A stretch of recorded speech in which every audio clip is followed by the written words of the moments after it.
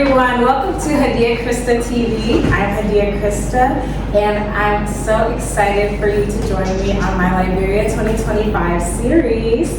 Today I have with me a special guest, Mr. T. Nelson Williams II, also known as my dad. Woo! Thank you for joining me today, Daddy. Good to be here, dear. Good. So, we are here in Liberia in your office here at Conics. You have been living in Liberia since 2007, correct? Correct. That's almost 18 years. Wow. Time flies. Huh? Yes, it does. If you could describe those 18 years in one word, what would it be? It will be an exhilarating experience. Exhilarating, very interesting, fruitful. You said one word, so that's the word I'm going to use. But there's so many words I would like to use, but very rewarding. So you grew up here and ended up moving back. What led you back? I believe it was a calling of God to come back home to offer my experiences, my education back to my country, to offer something to this nation. And because of the many years of experience, over 20 years in the U.S., I felt it was time that God wanted me to come back to be a blessing to the nation. So when you first moved back, what were you doing then?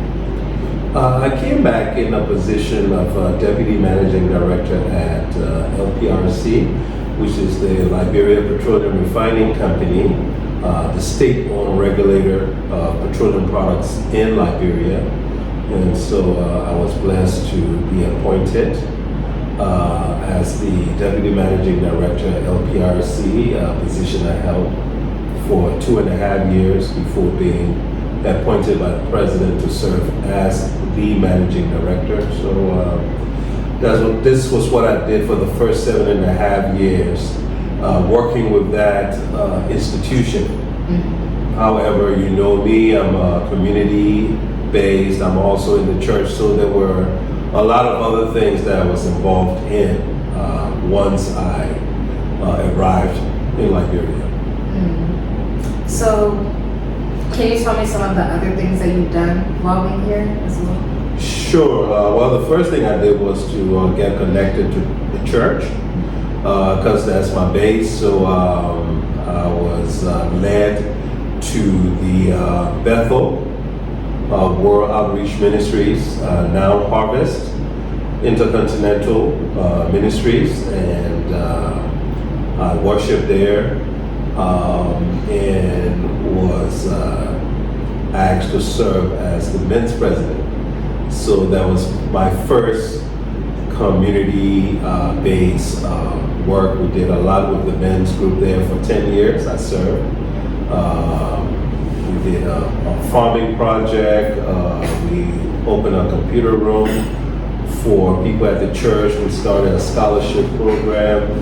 We also had hospital ministry, where we actually visited hospitals in the Monrovia and surrounding areas, taking personal things and food, medical supplies, donations to the community and the hospitals. And so I was very involved in the work in the church.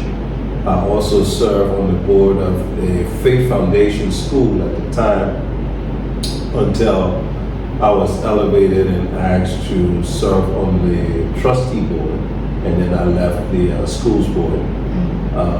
And so I did that, and then the second group I got involved with was the YMCA. In the early 70s, I grew up in the Y, and so it was a good thing when I was asked to serve on the board of the YMCA. And so I served in that capacity for about 6-7 years as well. And those were the first organizations that I got involved in. And in 2008, I established a non-profit Christian group called Servants of All Prayer Assembly. So And with SOAP, we intercede as men for the nation through prayer, community-based projects. We are also advocates and workers against gender-based violence against women and children in the country. And so I'm pleased to say that we have celebrated 16 years of SOAP, working in 11 of the 15 counties, impactful programs and projects with international organizations. We also implemented projects for UN Women, the International Rescue Committee, the Danish Refugee Council, and also International Rescue Services.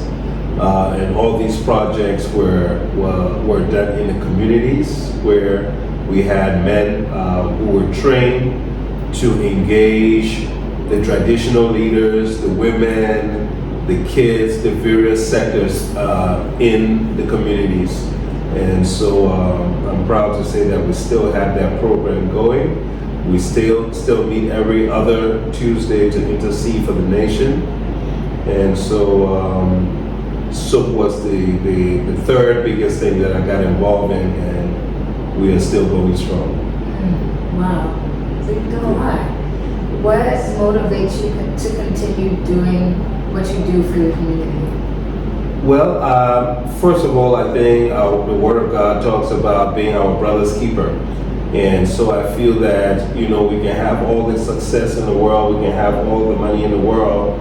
If we don't reach out to our brothers, we're not fulfilling the Great Commission, which is to win souls for Christ. Because when we do things, people sometimes convert not because of what we tell them, but because of what they see. I'll tell you a story about the prison. When we go to the prison, the first thing these people want is like, what did you bring for them? So we take the toothpaste, we take toothbrush, and we take food. And of course, we take the tract with the Word of God. And we go in and we give each of them their own bags, and then we talk to them about Christ. And we have so many success stories where men leave prison and they come back and say, hey, I want to be a part of SOAP because it was because of SOAP that I changed my life. And so these are the things that keep me motivated. It's like, it's not just about us. And that's what I want to teach the next generation. Your sister, other nephews and nieces, and college students. We have a mentoring program through Alpha, and that's another way we try to impact the youth. It's more about what you learn in the classroom. It's the experience that you get in how you address things in the world. There's no perfect situation. Sometimes you will make mistakes, and it's okay. But that motivates me when I see success stories, when I see lives being impacted, and sometimes along the way we get to employ some of these people, so then you're also impacting them economically because you're finding jobs for them. Again, you cannot help everybody, but hey, if you can do one here, two here, and over a 10-year period, you hire 10% average of one person per year, you're making an impact. And so that's why I love to do this. That's why I do not regret the move back to Liberia, because I think we are impacting more here than we did in the U.S. Yes. Well, I will say that as your daughter, I'm very happy to have a role model like you to show us how to give back and how to not only think about ourselves, but to think about the people around us and what they need. And, it has prompted me to want to do things here as well. So I'm very thankful for that. You're welcome. That's great to know. Yes. So, as you know, you're moving here, prompted the rest of the family to move at some point. Yes. And it influenced the start of what is now Cyber Ed Christian School of Excellence. What is your role in the school? What has your role been over the years, and how has the school impacted your life? Very good question. I do not play an active role in the school now. My hope is that in the future, but I do a lot of training, workshops with the teachers. I've done in the past. I've done speakers forums with the students, especially those in the higher classes, 10th, 11th, 12th grade. We do a lot of promotions and getting information out to prospective parents, selling the brand of a Christian school that's developing young people to be leaders.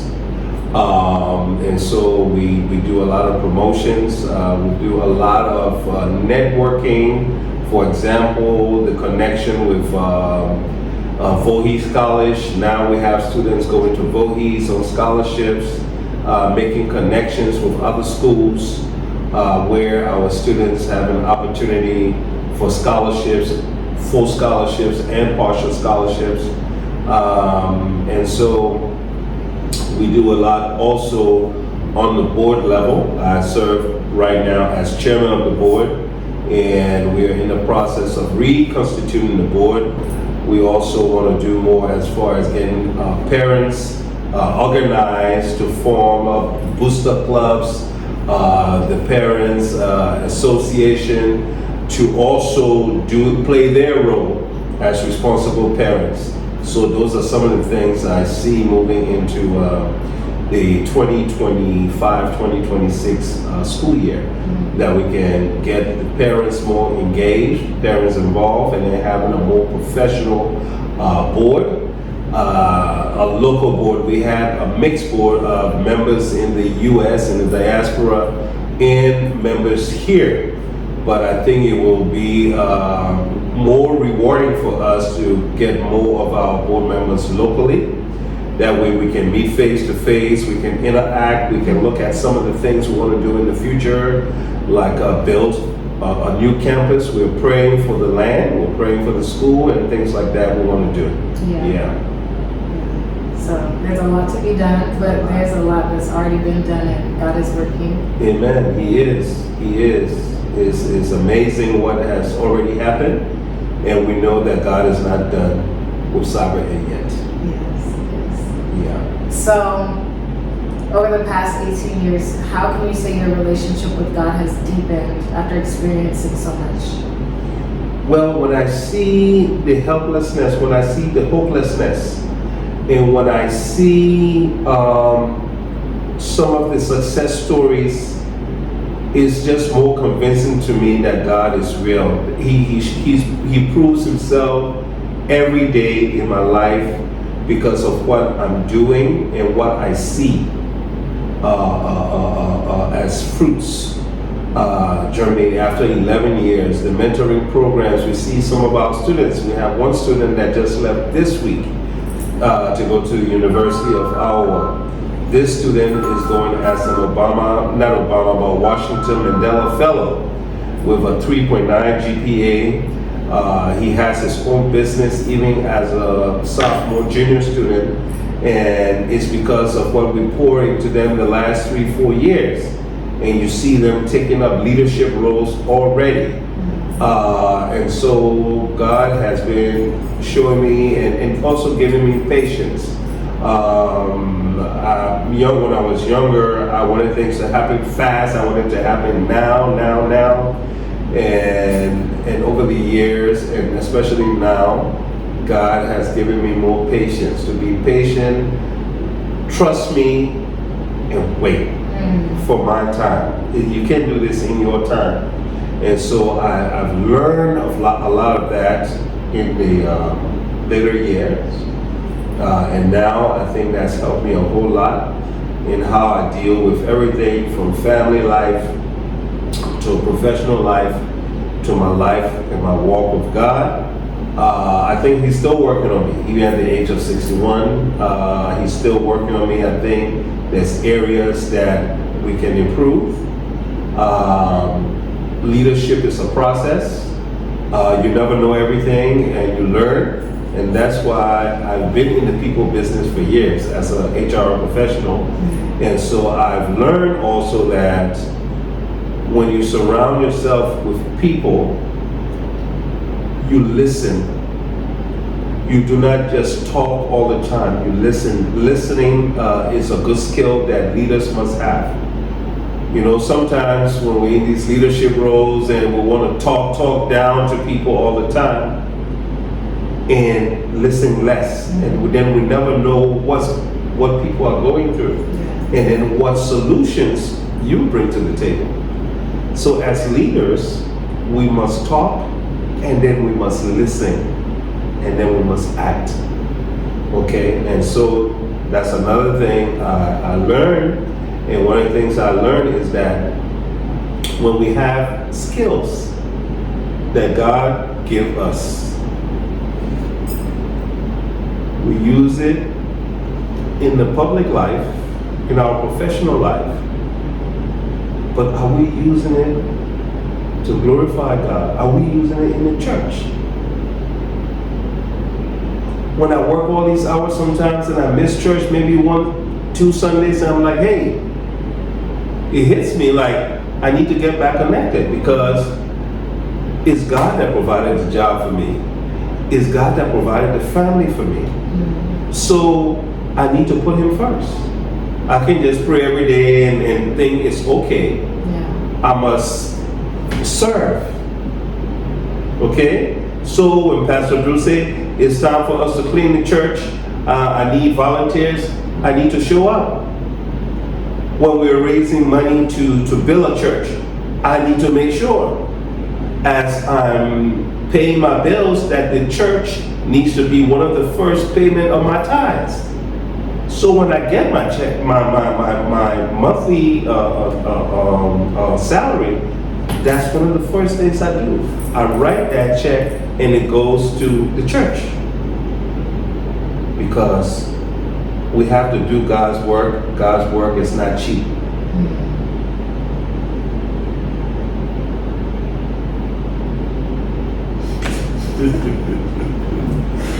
Yeah. So that was a lot. That was a mouthful. Yeah. But I think that our generation especially needs to understand that we need to wait, and that we need to use what God has given us for Him most of all. That's very important. Yeah. So, yes. Can you tell us a little bit about what you're doing right now? So, at this time, professionally, I have 2 major things happening in my life. One, I'm the Chief Administrative Officer and Acting Operations Officer for Connex Oil and Gas Holdings. It's a downstream petroleum company, the largest in Liberia, and the MRU, which is the Mono River Union. We have about 1,000 plus employees between Liberia and Sierra Leone. And we are looking at other places, Mauritania, Dubai. We have a small office in Dubai. And so we're in an expansion phase, and I'm responsible mainly for legal, for the employees, staff development, making sure that we have the talent in Connex to achieve our targets. Every year we get targets, financial targets, performance targets. And so I have to make sure that the employees that we have are the right fit to meet those targets. And so that means we must develop them, we must train them, and we must recruit the right people. And if we have people that are not doing the right thing and cannot be developed, then we have to manage them out. So for me, that's not success. I don't like to terminate. I don't like to redundant people. And that's why I want to bring the best fit people. But sometimes you come into the company and you acquire people that are not the right fit. What do? You don't just terminate. You work with them. You train them. Okay? You have mentorship programs, you have scholarship, you have all these programs, and yes, you have all these programs that you do to empower people. Okay, and so that's what we do. We train, we develop people, we send folks for scholarships. Okay, we also have programs where we have internship. We have people that come in for internship. We also have cadets that come in short term. Like now, school vacation, we may have vacation jobs. So we have some college students that come in for a month just to get office experience. So there's a lot of programs. Then we have what? We have